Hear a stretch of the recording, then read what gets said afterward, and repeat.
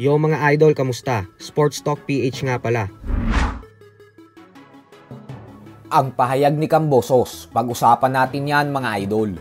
Ngunit bago ang lahat ay huwag kakalimutang mag-subscribe at i-click ang notification bell button for more sports talk. So para nga po sa mga hindi nakakaalam ay may paparating na laban ang former Unified Lightweight World Champion George Cambosos Jr. sa buwan ng Marso, kung saan maglalabas daw sila ng official announcement sa lalong madaling panahon patungkol sa mga detalye ng kanyang laban. At sa latest post nga po ni Cambosos sa kanyang official social media account ay muli nitong inalala ang mga naging payo sa kanya ng ating pambansang kamao Manny Pacquiao noong makasama niya ito at kinuha siya bilang sparring partner. Ayon kay Cambosos ay sa nakalipas na 3 world title fights niya umano ay napakadami niya umanong natutunan sa nag-iisang 8 division world champion ng boxing. Subalit ang hindi niya umano makakalimutan sa lahat ng sinabi sa kanya ni Pacquiao ay kapag ginawa mo daw ang lahat ng makakaya mo at nagpakahirap ka ng gusto sa ensayo ay wala nang imposible pagdating sa ibabaw ng lona dahil kaya mo nang manalo sa lahat ng laban mo. Kaya naman magsimula umano nang sabihin ito sa kanya ni Pacquiao ay talagang binibigay niya na ang lahat ng makakaya niya sa mga training camp niya. Kaya handang-handa na daw siyang ipanalo ang kanyang nalalapit na laban sa March 22.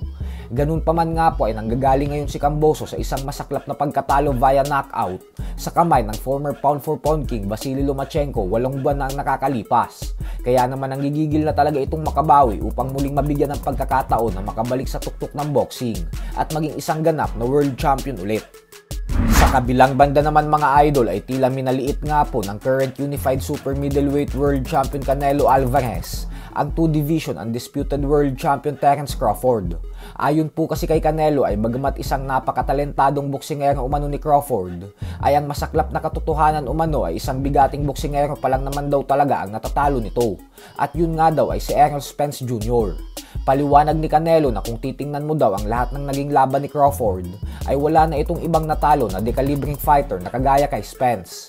At dahil po dyan ay talagang hindi natuwa si Crawford at agad sumagot na dahil umano sa sinabing ito ni Canelo ay para na din daw nitong binastos ang lahat ng boksingero na hinarap niya sa nakaraan.